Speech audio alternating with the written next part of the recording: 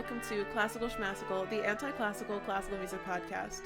Tune in every Saturday as we discuss, deconstruct, and dissect what it means to be a musician in the modern world. I'm your host, Alexa Letourneau. I use any pronouns, and our guest this week is Jessica Lewis. Hello. So, as you just said, I am Jessica Lewis. I am a soprano. I'm an opera singer. I don't just do opera. I do song as well. And I am based in Cleveland, Ohio right now. I'm originally from the absolute middle of nowhere, Kansas. And I have just been doing what I can do during the pandemic. I graduated from the Cleveland Institute of Music with my master's, thank you, in May 2020, which was the perfect time to graduate into music. But I've been having a good time making the best of this weirdo year. Nice, yeah. I fully resonate with that. I graduated from my undergrad last year, and so it was just like, oh, okay. And now, I'm in a master's program, but have not been on campus since my audition. So, yeah. Who's to say what's going on ever? Who's to say? We are doing our best with the music thing, and it's going. Yeah, it's going. Yeah. So you're a vocalist, and the first primary vocalist I've had on the show, which is super, super exciting. I'm so flattered. And so one thing that I think is really interesting about the voice is that it's probably the only instrument that a majority of people have access to, and this includes composers, but which is a great resource for me. I'm kind of a vocalist. I don't know. It's towards the top of the things that I'm proficient in, but I say that I pretend to be a vocalist. But to that same end, it sort of feels like people feel like they know the voice without knowing much at all about how it works. Even taking a few semesters of voice lessons, I'm I don't know, things happen in there. And I don't super know how to take care of my voice or showcase it well. And as a composer, that's kind of a weird space to be in, where I sort of know what's going on, but not really. And so I'm really curious as to what are some considerations that you think people should keep in mind when writing for voice or listening to voice. And yeah. You're exactly right that it's accessible to everybody, and that kind of, I think, creates an issue sometimes in composers who, there's a difference between the kind of singing that most people, when a composer gives you their music, what they want you to do on stage, and the kind of singing you can do in your car or sitting at your piano and composing. Sure, yeah. Which, that difference, I value both kinds of singing. I think everybody, like you said, I think it's great that the voice is an instrument for everybody, and I don't think that you necessarily have to know a ton to use it just to have fun with it. The part where you need to know about it is if you're going to use it every single day for your livelihood, right, or if you're going to write for it. Yeah. So as far as things that the first thing that comes to mind is actually, this is not a new work, but it's an example of something that happens a lot. In Handel's Messiah, the text setting is god-awful. It's terrible. And English was not Handel's first language, and that's that's going to be an issue. But the most significant example for me is "For the Lord God Omnipotent." Yeah. Oh my gosh. And with the kinds of experimental vocal lines that we're seeing now, or not even necessarily experimental, just things that sort of buck traditional voice leading and vocal composition. We see a lot of strange intervals, and we're using different languages that we're not used to. English is, if you don't speak English, English is absolutely the worst language to sing in. And if you speak English, English is still probably the worst language to sing in. Yeah. So, which doesn't mean don't compose things in English. We need things composed in English. Yeah. But be cognizant of how the vowels fit in a singer's voice and how that works with the registration that they're going to need to sing it. So if you have a whole bunch of leaps that are up and down and that are crazy intervals. Like, really, an octave is not terribly hard. We do octaves all the time in, like, vocal warm-ups and stuff. But if I'm going from, like, a B-flat 5 to a B-flat 4, those are totally different parts of my voice. Yeah. So I have to navigate to them differently, and you're going to lose the diction the higher you get in my voice, at least. Yeah. And generally that goes for most singers. But not all. There are superhumans, you know. Right. There are just people, like, every voice is different. So putting lots of fast consonants up high is not going to work well. Having big jumps and big registral shifts when you want the text to be clear and heard is not going to go well for you. Putting places in to breathe is important as well. Yeah. That's one that I think a lot of people forget about if they were not singers before when they're composing for singers. Yeah. Because you're used to, like, breathing for, like, the flute is different than breathing for your voice. Very, very much. Yeah. It's so different. And so, like, I was working on this piece a while ago that was super fun, and I loved singing it. And I'm grateful for every opportunity that I get to sing anything, and especially to sing new music or to premiere work. Like, that's a big honor. But that doesn't mean it's without its frustrations either. Sure. And there was this piece that had, like, quarter note equals 66 8-measure phrases. And I was like, I don't know if I can get through it. Like, they were pianissimo as well. And I was like, this is a lot of work. So I think if you're not a singer, it almost, like, if you're composing for the voice and you're not intimately familiar with what the voice that you want to compose for can do, I think your best bet would be to have a singer who's like that voice, or even a singer who's not. Just any singer, if you can't find one who's like the voice that you want. Yeah. To sort of check in with as you go. Because it's things you don't think about. Like the text setting, and like, what was it? There was a phrase that I saw in some music the other day. It was something like the word, like, bottom or something. It's I don't think it was that word, on, like, a high C, and it was, like, sustained, which in itself, like, a high C for a soprano like me is not hard to sing. But if you want me to could never be me, but that's okay. That's what's beautiful, though, is that everybody's voice is different. But if you want both of those syllables to be on a C, the second syllable is not going to be great because you're closing it in the middle with those T's. Bottom. Yeah. Like, that requires, once you get up high, it's all about keeping that vowel space open. So anything that impedes it is going to be a little bit of a sacrifice for the vocal quality that follows that. Okay, yeah. Does that make sense? Definitely, yeah. I get that. Like, I've been, I just did a piece that uses a lot of indeterminacy, and it was just for a class. It had to be something that I could perform, and I was like, I'm just going to do flute and voice, because I needed two different things, and I was like, I've got both of those here. And it was, I used D&D dice to determine almost everything in the piece, and I was like, well, I want to use my 20-sided dice, so I picked 20 different vowel sounds, but I was also, like, completely randomizing the pitches and range, and it was just, like, figuring out how to navigate that when it was like, it was like, I don't know what I'm doing at all. But it was like, it was a really fun challenge to kind of try and, like, to conceptualize of that as a composer felt so good. I was like, yes. And also there's like 20 to 22 vowel sounds in English, depending on how you're counting and what your accent is. But I was like, oh, it's perfect. 20 vowel sounds, 20-sided die, no worries. And then I went to it as a performer and went, oh no. Yeah, because people really want to set text in a speech-like way also, which goes back to those voices, or the vowel matching, excuse me, which is great, and we want text to be set like speech, but there are just instances where it can't be.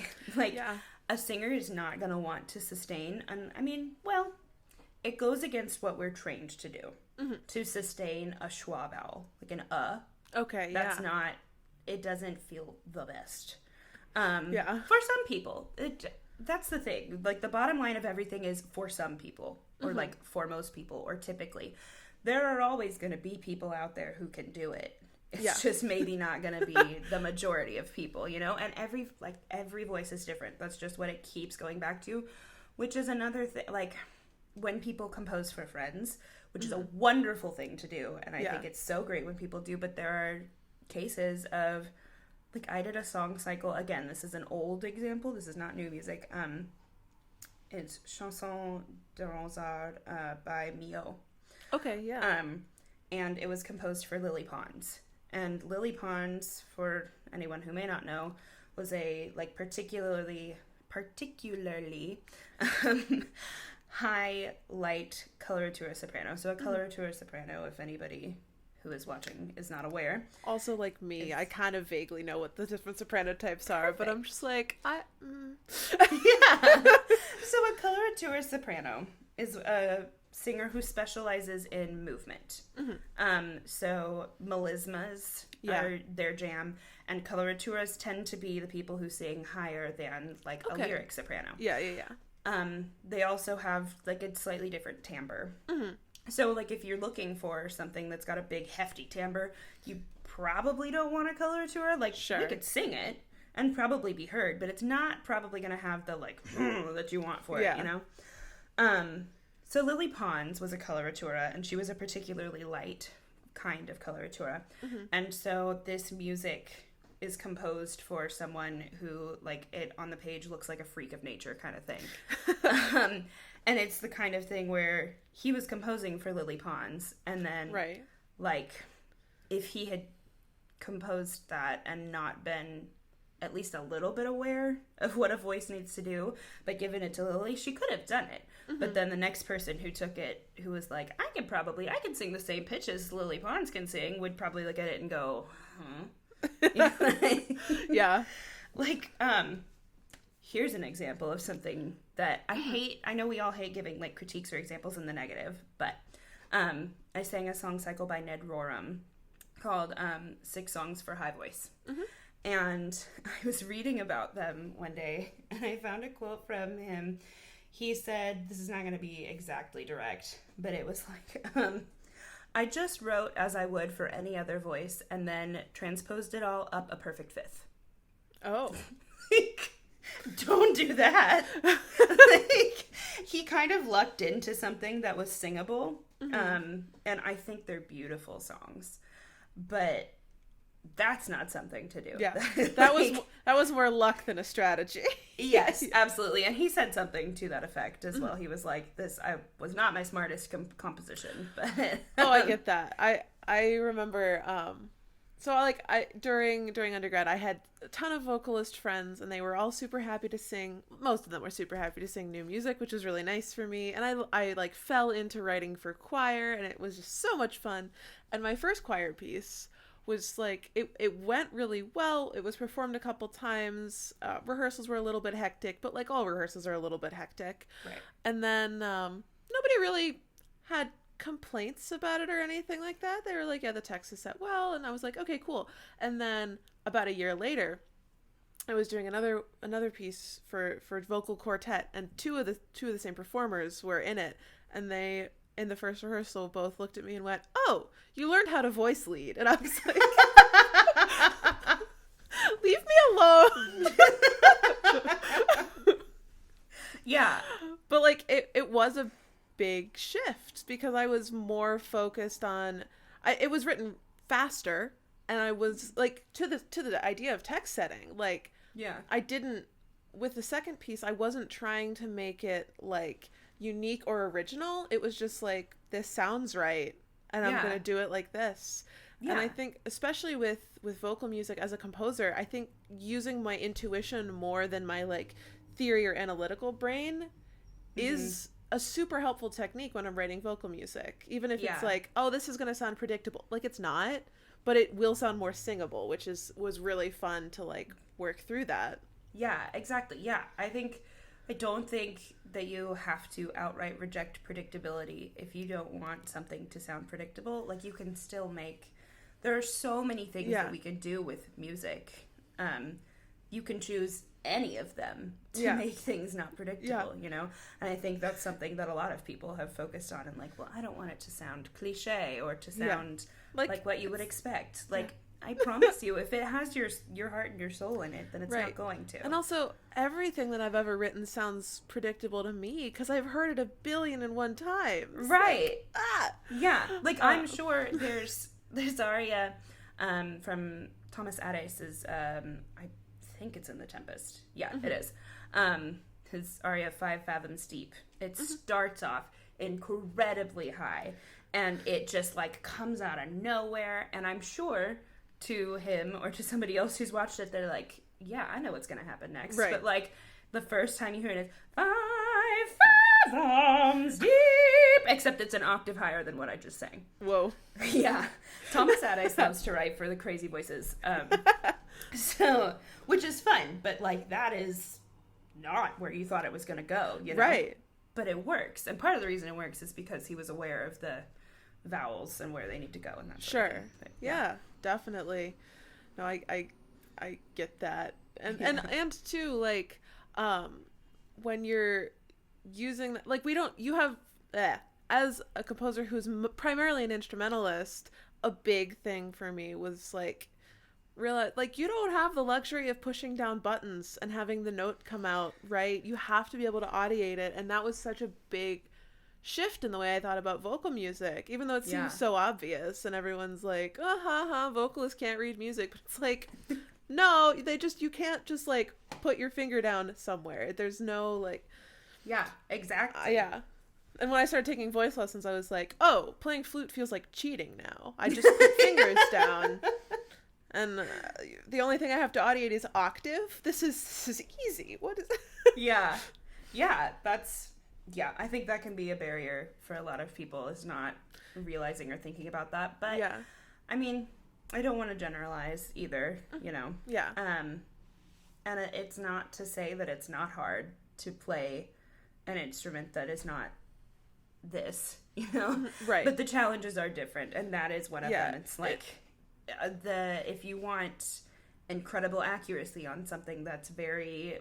intervallic, you're gonna need to give your singer a lot more time to prepare that. Right. Yeah. It's just the challenges. I was not anticipating when I started taking voice how different it was gonna be, and it was, I think, a huge shift in the way I composed for it as well. Yeah. I think every composer should take a voice lesson or two. Yeah. I mean, I stand firm with the idea that, like, no matter what your area is, the more experiences, the more diverse your experiences can be.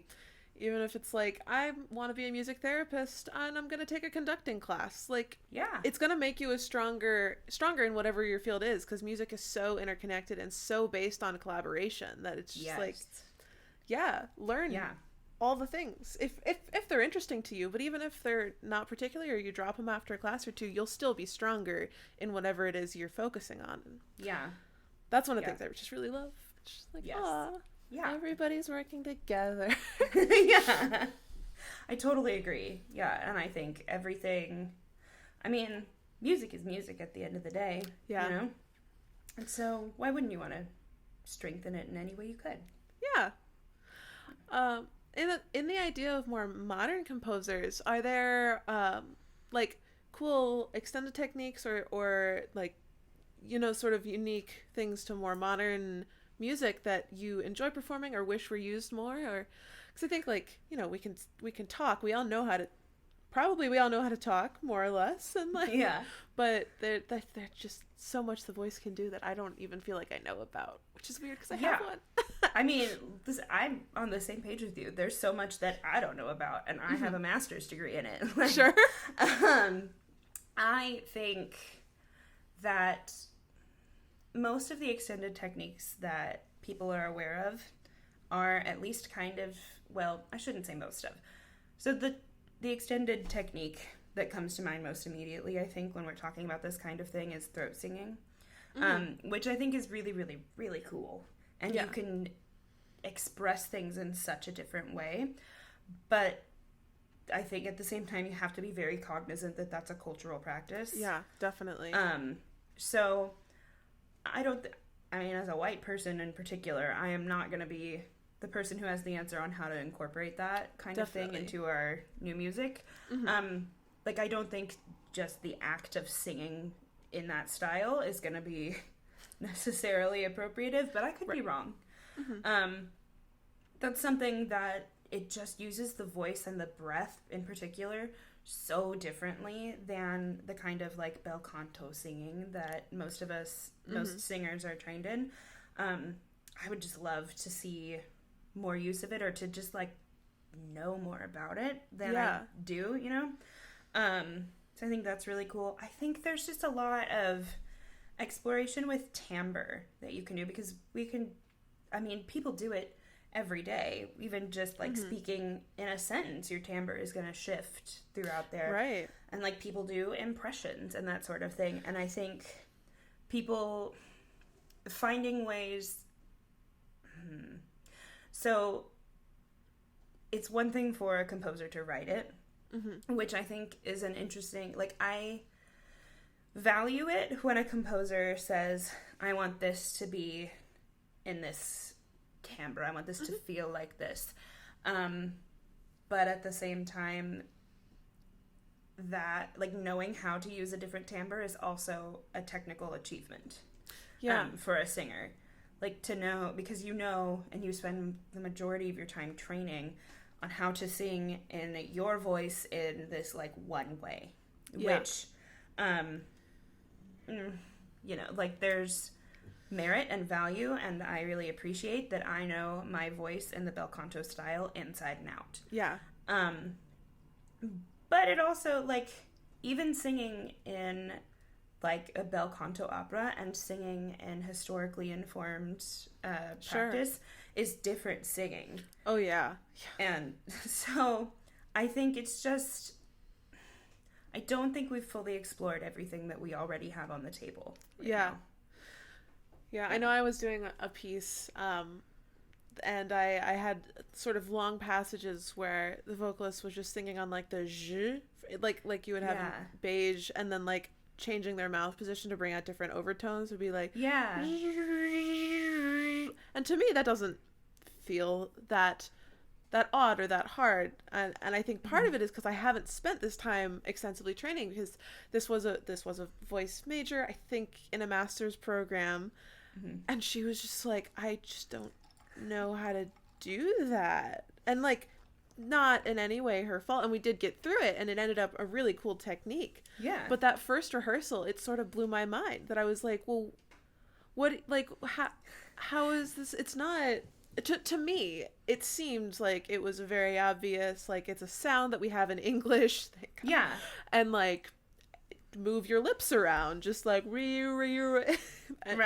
it was like a different process, and I think it was just a very different approach to the voice from the two of us, where we had this moment of like, what's happening? It is very different, and I think that also has to do with there's sort of a culture within singing, particularly among conservatories, that there's one kind of exploration that's valued. And it's very narrow. And it's not necessarily exploring the weird things your voice can do. It's still exploring within the scope of, like, bel canto singing and opera and lieder and art song and that sort of thing. And I think that because of that, when people go to try those new things, that, I think, like what you just did, this kind of thing, is something that I just do kind of when I'm not thinking, you know? But it's also something that if I were doing it for a composer, I'd be like, oh man, am I doing this the way that they want me to? You know what I mean? Like, it's a little bit, it's a risk that we haven't practiced taking. Because that's all the risk taking is just, or that, like, performing and that sort of thing is, like, you practice taking risks, you know? And that's one that we haven't tried. It's like a brand new thing all at once, and I'm like, do I know what I, like, you know what I mean? Like, it's like the first time that you go to, I mean, like, the first time you perform in a studio class or something, like, if anybody ever can think back to the very first time, you're like, wait, do I actually know what I'm doing right now?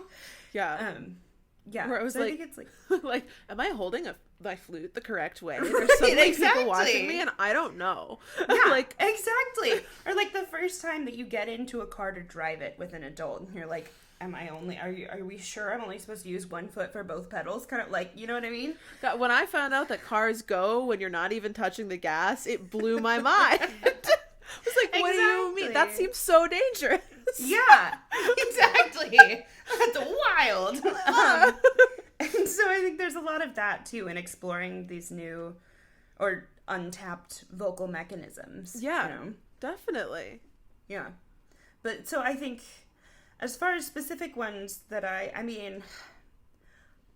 think it's very interesting that we're starting to explore in, you know, more Western culture, these things that have already been explored.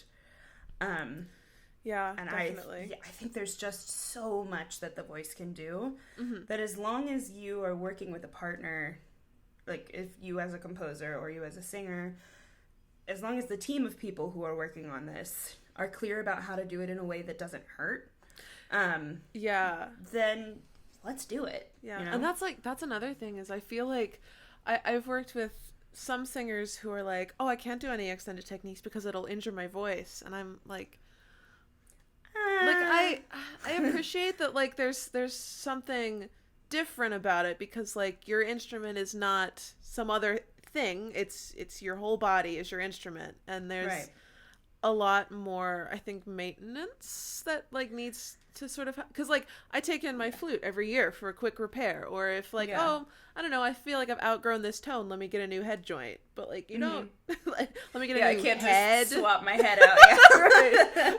Yeah, and your voice is always changing, and so in that respect it's pretty similar. You just are always getting used to a new instrument, which I guess is similar and different because you wake up every day and your instrument's a little bit different every single day. Yeah, so like I get the like hyper awareness of like I don't want to injure anything because if you hurt it badly, it's not coming back, and to a certain extent, not for a while. To a certain extent, right, yeah. But like, I think there's again, it's a cultural thing. There's a lot of cultural shifts that I would love to see happen, and some of them are in the works, and some of them I may not ever change within like a conservatory kind of training setting, but I think can change within the attitudes of singers in general. But there's a sort of a culture of being overly careful almost with your voice, like, which I understand, and I'm inclined sometimes too. Yeah, but at the same time, like, it's your voice, and you do have some instinct for how to use it, you know? Right. And if you've trained it extensively, you do know how to use it and what to do with it. You just might have to take a minute and play around with it. Yeah. And so to say, I don't want to do this extended technique because I might hurt myself is fair, because you might, but that doesn't mean that extended techniques would automatically hurt that person. It just means that they can't conceptualize how to do it in a way that won't. Yeah, definitely. Which is fine. You can't just go get your Col Legno bow and knock it out. Just get my cords rethreaded. That's not a thing. Oh, that's an uncomfortable thought. Just get some new. Some new ones. Some new ones. I'll get my old vocal cords put back in, so that way I don't have to worry about the new ones. Yeah, exactly.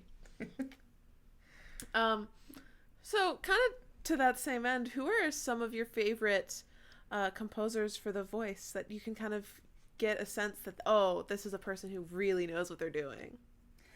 Are we focusing more in new music composers, or is this broad? I mean, it can be as broad as you would like it to be. If I'm a composer who knows nothing about voice, and I say, I'm going to go look at some scores to get an idea of really excellent vocal writing. Yeah. So I hate to say it. I hate to be a canon person. You're allowed. Fauré really, really knew what he was doing when he would set for the voice. I mean, I as much as I love new music, I have a soft spot for Fauré. Yeah. He just had an exquisite idea of what to do with the voice and where to set it up. Mozart is really good at setting text. He didn't set anything in English. Don't look at Handel. Not for English. Handel's Italian is fine. Yeah. As far as some newer composers, I think we talked about him very briefly. Thomas Adès has a good idea of how to push the boundaries of what your voice can do, but in a way that doesn't sacrifice every single idiom that you're used to. Yeah. So, like, in that crazy aria, the 5 Fathoms Deep, it's singable because he knows where the vowels and the consonants can fall and what kind of jumps are doable. And that is not to say, like, no undergrad in the world should sing that aria. Right. But somebody who has an idea of what they're doing with their voice, realistically, if they are able to internalize the intervals and to know what to do for that, should be able to do it. So he's got a good idea of what's going on there. I think Felix Gerard is much less... He's on the up and up for sure. I do not know that name, I don't think. Yeah, so he's gaining notoriety in the vocal music world. A lot of singers have worked with him. He writes really good stuff, and it's very, very singable. Yeah. And he's based in New York. He'll coach anything with a singer. Nice. And oh darn, I lost my train of thought. Oh, it happens. I'm always here putting people on the spot, and it's just like panic, panic mode. So Felix does a great job with those sorts of things. Another person that I had actually encountered his stuff a few times, but hadn't heard his music yet. I heard a piece by Scott Gendel the other day. Okay. That was really, really nicely done. Yeah. Kaya Sariejo doesn't have a whole lot of vocal music, but the vocal music she has is really well done. You know, it's...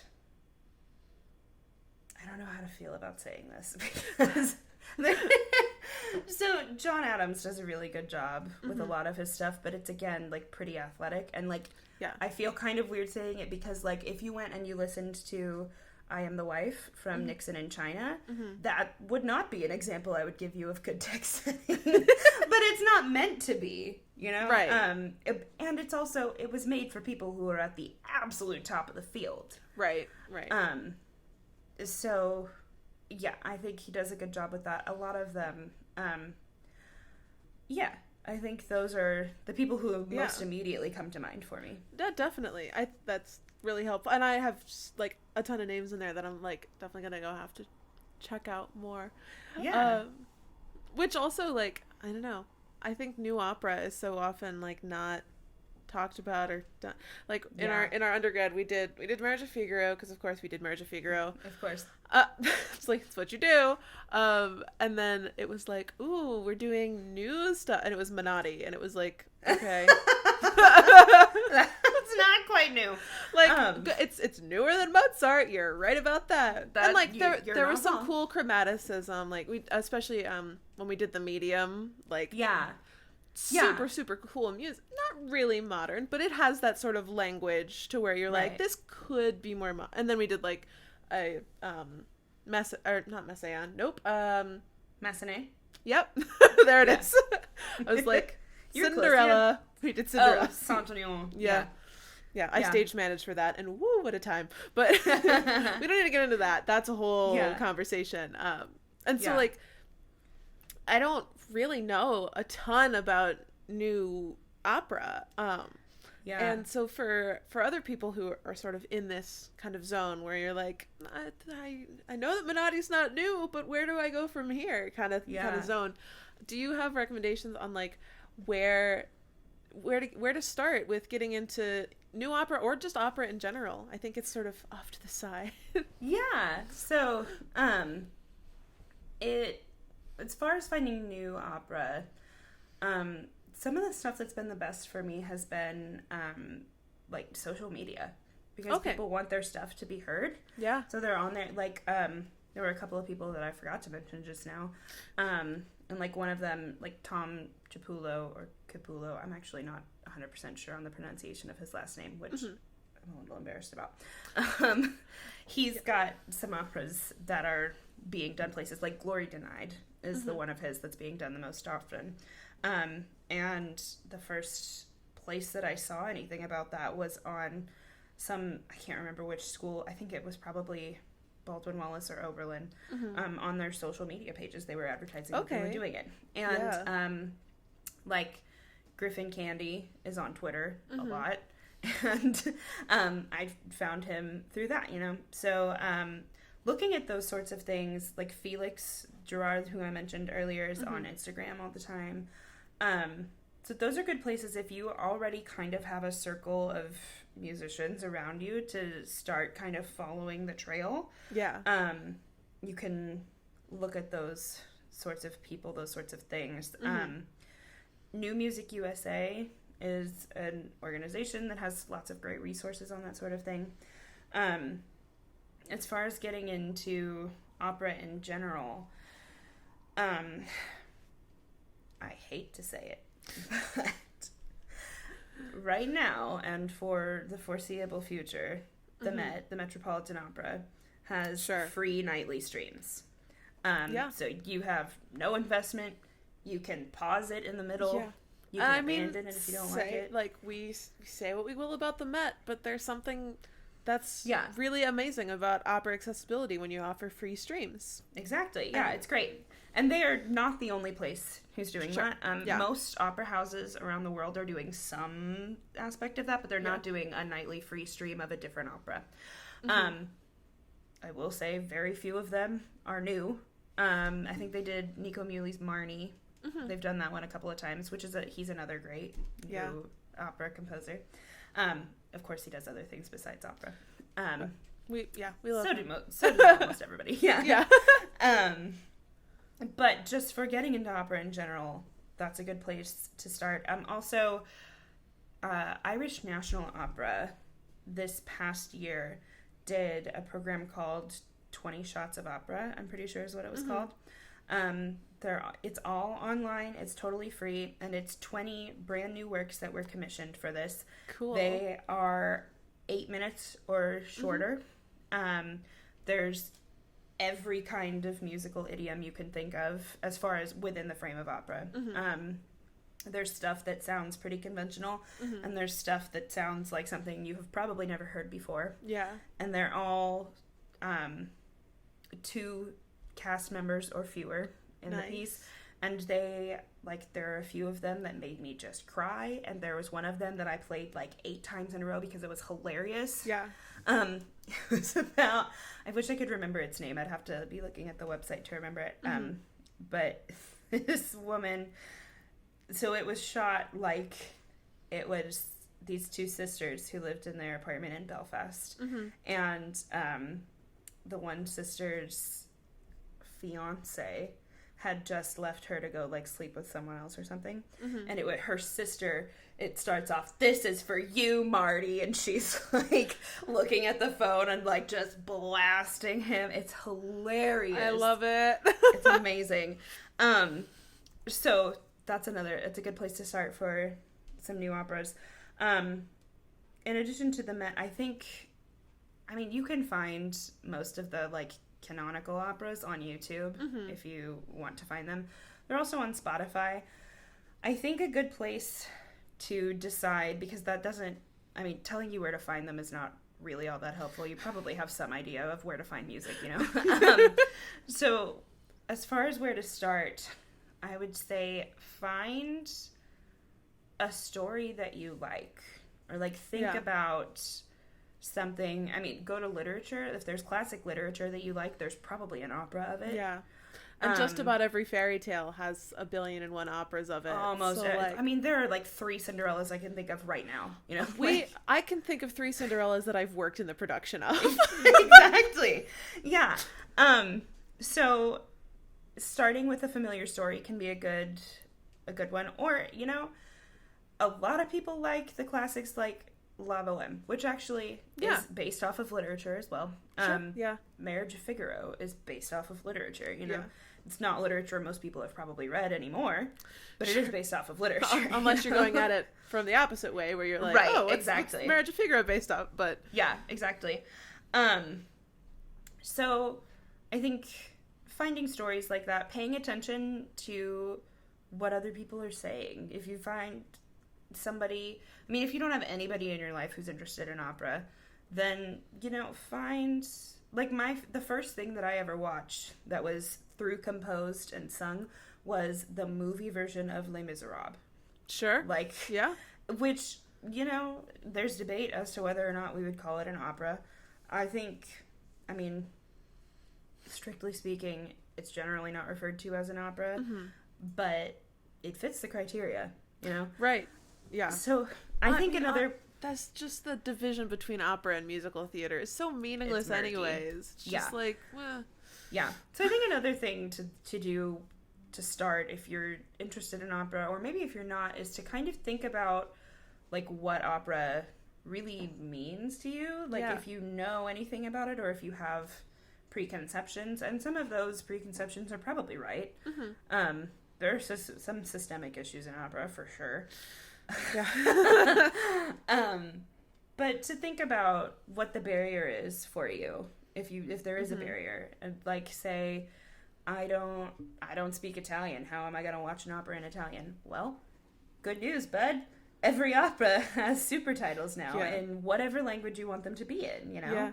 I know I've heard from a couple people who I've, like, tried to convince to, like, watch opera or appreciate opera or whatever. I've been like, yeah, but I don't understand what they're saying. And I'm like, well, there's English operas. And but also, like, I've heard, but then, well, why are they doing super titles? And it's because I can't understand what they're doing when they're singing with all that vibrato. And I'm like, but it's pretty too. It's not just the storytelling. That's like, the the thing. singing's part of it, part of the story. That Yeah, the singing. Yeah, I think, but, like, it also, super titles are there for good reason. I don't know. Yeah, I have feelings. I appreciate your feelings. I think to that end, you also kind of have to separate the way that you view storytelling. Yeah.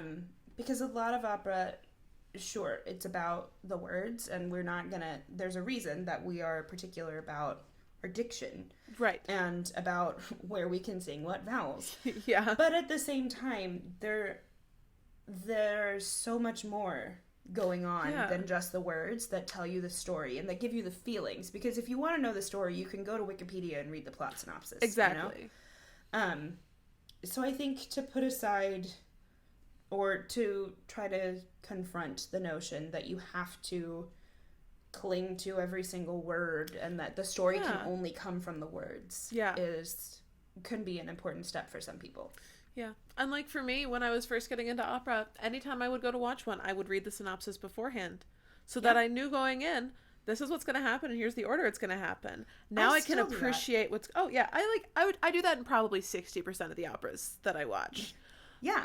Because it takes away any stress I have about what are they saying and do I need to be reading instead of watching? Because you get it's all about the vibes. It's all about the vibe checking opera. It's so much more of an emotional storytelling than a literal storytelling. Yeah. You know? Which, I mean, if we were just going to recount the story, then what would be the point, you know? Right. So I think thinking of it like, I mean, there's programmatic music in orchestral and instrumental music too. And maybe that's a barrier to some people. I'm sure it's a barrier to some people. They're like, well, how do you get that from that? And, like, that is a little esoteric. I will grant that for sure. But for the people who are good with that sort of music but can't get over the hump for opera, I think that's another thing to think about. Like, there's debate, and I fall on both sides of it, as to whether or not the voice should be treated like it's just another instrument. But it does play a little bit of that role. Yeah. And so I think, just thinking about what your issue is, there's probably, opera has somehow, despite everything, survived for centuries. Yeah. Like, there's a reason that people like it, and it's not... If it was just something that rich, stuffy, upper-class people who speak 6 languages could enjoy, it would have died by now. Yeah. You know? So I think to think about the things that you have conceived about it, or that may be true, but might be a little more nuanced, can be a good way to help yourself sort of get over that hump. Yeah. And just thinking about it in terms of sound, it's pretty. It is pretty. It's so pretty. Yeah. And even if you're not into some kinds of opera, there's not an opera sound. Like, it's... Oh, there's so many kinds of opera. That's like, the other thing. yeah. If you start with opera and your first opera experience you don't like, just try something else. Yeah. That'd be like saying, I don't like the music they play on the radio. And it's like, what channel are you listening to? Right, exactly. Or like, I don't like movies. And you're like, all of them? Like, and you don't like any movies at all? Exactly. It's the same thing. Yeah. Yeah. No, I definitely get that. But like going back, I don't know, a few minutes, like we were talking about with, it definitely has some systemic problems. And I think I'm happy that the conversation is starting to pick up around those issues, but also it kind of feels like many of them are conversations we've been having for years, cyclically, where it'll be like, it's fixed now, and you're like, is it? And then a couple years later you'll be like, it's not fixed, we need to talk about it again. It's like, yeah. yeah. Yeah. I say this as a person who only has a couple of things stacked against me in opera, whereas there are people who have many more. Sure. Yeah.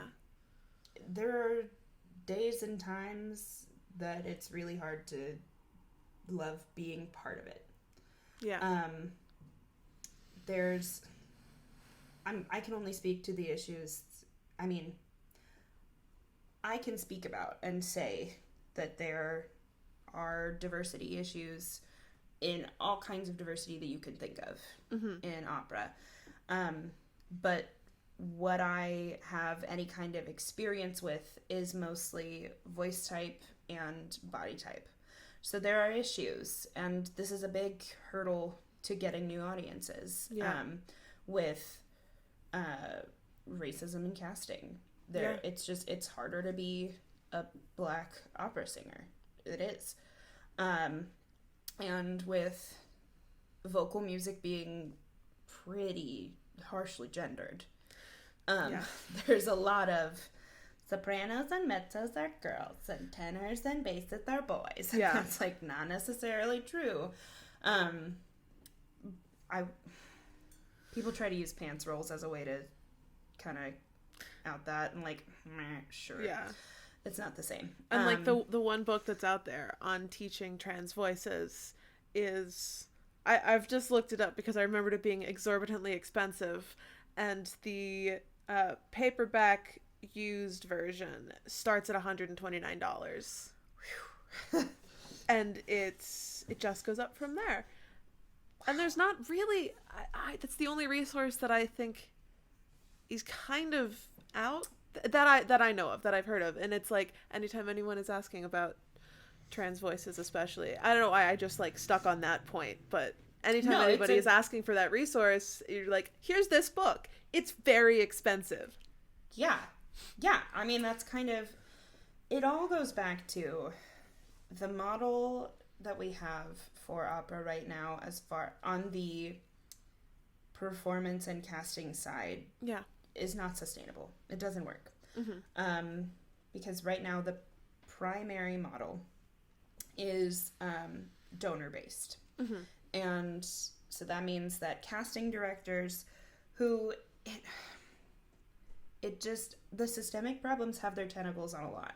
It just has kind of grown, and it's grown for a few decades this way. And there are things that are starting to change, and there are obviously reasons that the people who are still in it are still in it. But so right now, the way that it is donors are the people with the money, and they convey to casting directors and artistic directors what they want to see. And because the majority of donors right now are old white people, they want to see, very little diversity on stage. They want to see... They want to see how it's always been. Exactly, yeah. Actually, very recently, there's been a big conversation about body diversity and about anti-fat bias within opera.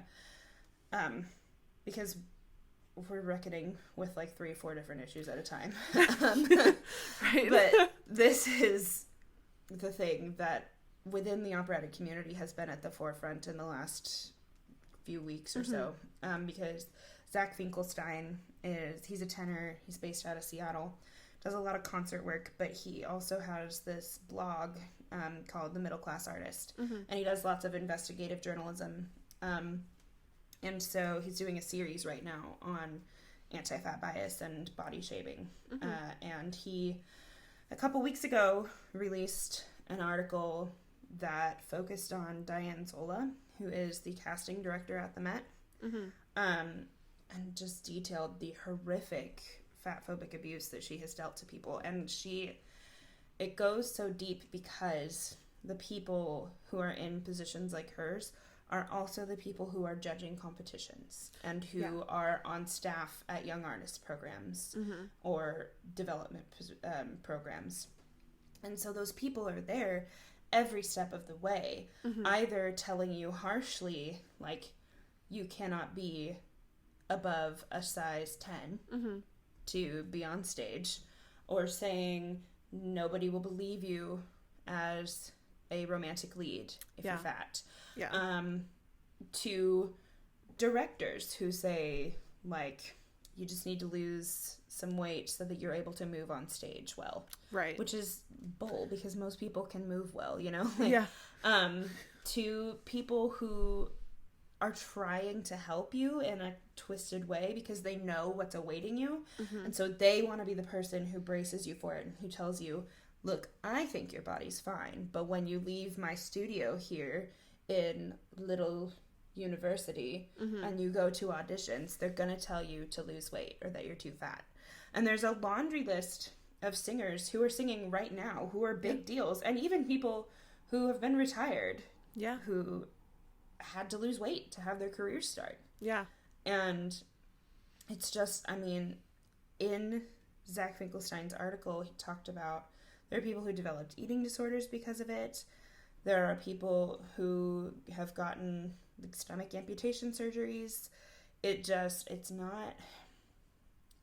We go through so much as young artists while you're trying to come up, and you're just, the supply and demand part of it doesn't work in your favor. And so you want to say yes to everybody, and you want to do everything you can to protect yourself and your chances.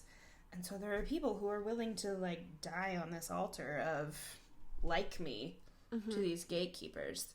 And it's been really, really harmful. And so recently, since we've been talking about it in public, there's been a shift, we feel like. And I say we, I mean, my friends, but also there's a broader we, and there's Tracy Cox is a fantastic soprano. She has been contracted with the Met several times, despite her fatness. But she is a fat liberation, fat vanity activist. And she also teaches voice. She's on Instagram at Sparkle Jams. I think everybody should go follow her. She's wonderful. Incredible handle also. Right? Everything she does is magnificent. That's wonderful. But she really has her finger on the pulse of that sort of thing. And she's at a level where she can kind of tell what's going on. She said that she recently said she feels a shift among singers about what we'll put up with and about how we can start setting boundaries for people talking about our bodies. Because part of it is people feel like since our instrument is our body, they're entitled to talk about it. Right. And there are people who have these backwards ideas of how the voice works. Like you can't support your breath. You can't make it through a phrase with all of that extra weight on you. Like, that's not how that works. And in some cases, that's actually helpful to people to have on Have their you bodies. heard of alignment and anchoring? Right, exactly. I have 3 semesters of lessons that I can tell you that that's wrong. Let alone a couple degrees and years of experience. And yet there are people who are in charge of things who don't know that. Yeah. So Tracy Cox feels like there's been a shift among us. And if there's going to be a change, it's only going to be able to come from us, because we have seen the Met and Miss Zola did not issue any kind of response to Zach's article. They did talk to the person who runs the Met Council auditions, and she had, I think she tried to say as much as she could, but she was restricted in her capacity because she works for the Met, Because politics, right. That's... Yeah. Deal with a lot of red tape. Yeah. She's a good person. She's trying to do good things with the Met Council auditions. She's just restricted by the people above her. And the person directly above her is Diane Zola. There's institutions in place, and they benefit people with specific things about them. And so there's, you try and infiltrate and you get censored's a strong word, but bits. Yeah. You get stopped. You get stopped. Sure.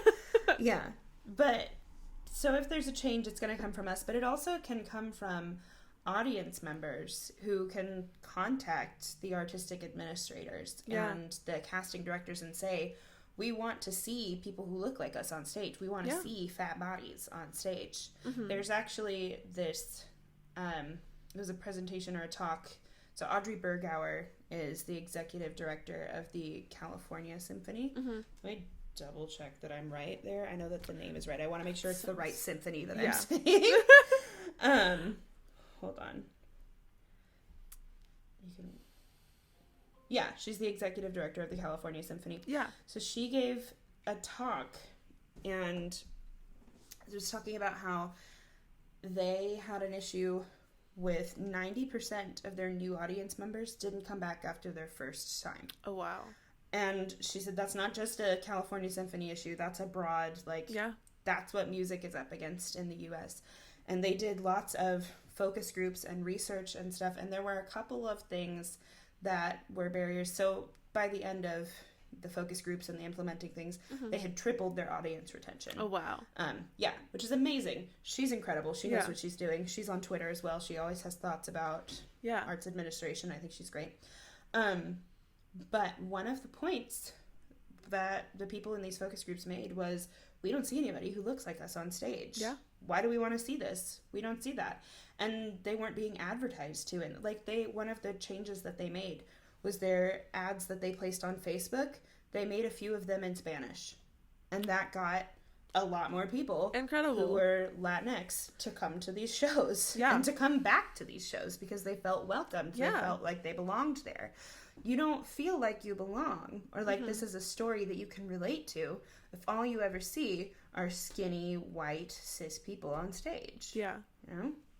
And I know I have this friend who's a genderqueer soprano, and in our freshman year was, I don't know if she was told this or if it was something from a high school teacher or whatnot, but it was like, don't cut, she had really, really, really long hair, and don't cut it because you won't be hireable as a soprano if you cut your hair.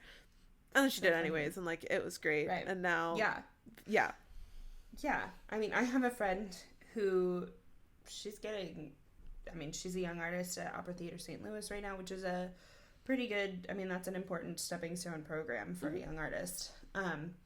And their former director, she had been platinum blonde, and he said, keep your hair platinum blonde, it makes you look younger.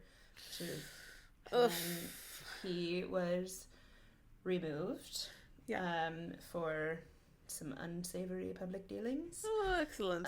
Yes. And she was like, no thank you, I'm not comfortable with feeling younger, and she dyed her hair back brown. Yeah. She's doing fine, but it's just it's everywhere. It's telling you how to look and who to be and how to present yourself. And I had classes in my graduate program that, the entire class wasn't about this, but there were classes within a semester that we would spend the whole time just talking about how to introduce yourself at an audition so that you come off as pleasant and likable and a good colleague, but you're also not, like, too much, and you're not saying the wrong things, and you know that when you audition for Houston, you have to be wearing pantyhose or they're going to be upset at you, you know, like, it's jumping through hoops every step of the, like, it's, and then gatekeeping like crazy, and everywhere. Yeah. It's just as much as it can be, and so it makes it hard. I'm sure that if anybody is watching this and we just told them, go watch opera, and then they're hearing all this, like, is this something I want to see? I think it can be. It's there. The art is there, and the people are there, and we're all here. We're doing things. There are small opera companies all over, and a lot of them have big Instagram presences. Instagram is a great place to find I just found the opera side of Instagram, and it's so good. It's great, right? Yeah. I love it. We love operatic Instagram. Yes. And so those are good places to look if you just really can't stomach the thought of looking at something that's institutional. And there are people who break through these institutions. There are fat singers, and there are black singers and trans singers and stuff who are doing well, but not enough. You know? Yeah. So. Yeah. There should be more. So yeah, go support your local opera companies. Yes. Yeah. Yeah. Let's do it. Everybody's got online stuff right now. Oh, anyway, yeah. And it's almost all of it's free. It's free so often. That's one of the few really good things that I feel like has come out of, you know, the general state of the world, is that there's so much more accessibility, assuming one has a Wi-Fi connection, which is a lot to assume. But if you have that, you have access to so much more art, and from so many different sources and so many different traditions and cultures and backgrounds and sizes. And it's, I think, a really wonderful thing. And I really hope it continues as the world starts to open back up, that we have this sort of online resource for anybody who wants to engage with. Yeah, I hope so too. It's been, I mean, I hate saying this. I don't hate saying it. I feel uncomfortable saying it because there are two sides to it. Mm-hmm. Like, as an immunodeficient person, as a person without financial mobility, it's been really difficult for me. But on the other side, like, it's been a great time for me musically. I've gotten to start taking lessons with somebody that I, like, could never have dreamed of taking lessons with before, and I've made immense progress with her. I've had time to focus on things that I'll probably never have again. Yeah. And I've gotten virtual opportunities that I couldn't have probably traveled to. You know, like, there's a lot of accessibility going on right now, which is wonderful, and it's opening gates that had previously been held back. It's easier for people to self-produce now when you just kind of want to throw it on Zoom or something, you know? And I mean, I'm starting a podcast, just Zooming with people and uploading it, and it's like, extremely low startup costs, and I'm having a blast with it. So exactly. There's some things that are there's hope yet, and there's the trends that I observe in singers, particularly in singers in, like, our generation, is that we're all ready to change this. And so I think everybody's that I've talked to, at least, is pretty done with this whole status quo nonsense. Yes. So, oops, I dropped something. That's fine. So, I think hope is not lost. Yeah. But change is going to be slow. And it will be a combination of taking our own initiative and doing our own things that uplift the voices that we want to be uplifting. Yeah. And contacting people and telling them, like, this is not what we want to see. This doesn't represent us, sorts of things, you know. The musical equivalent of, like, call your senator. Exactly. Yeah. Yes. And it's, calling your senator is important, but we also know that our senators most of the time are going to do what they planned on doing, you know?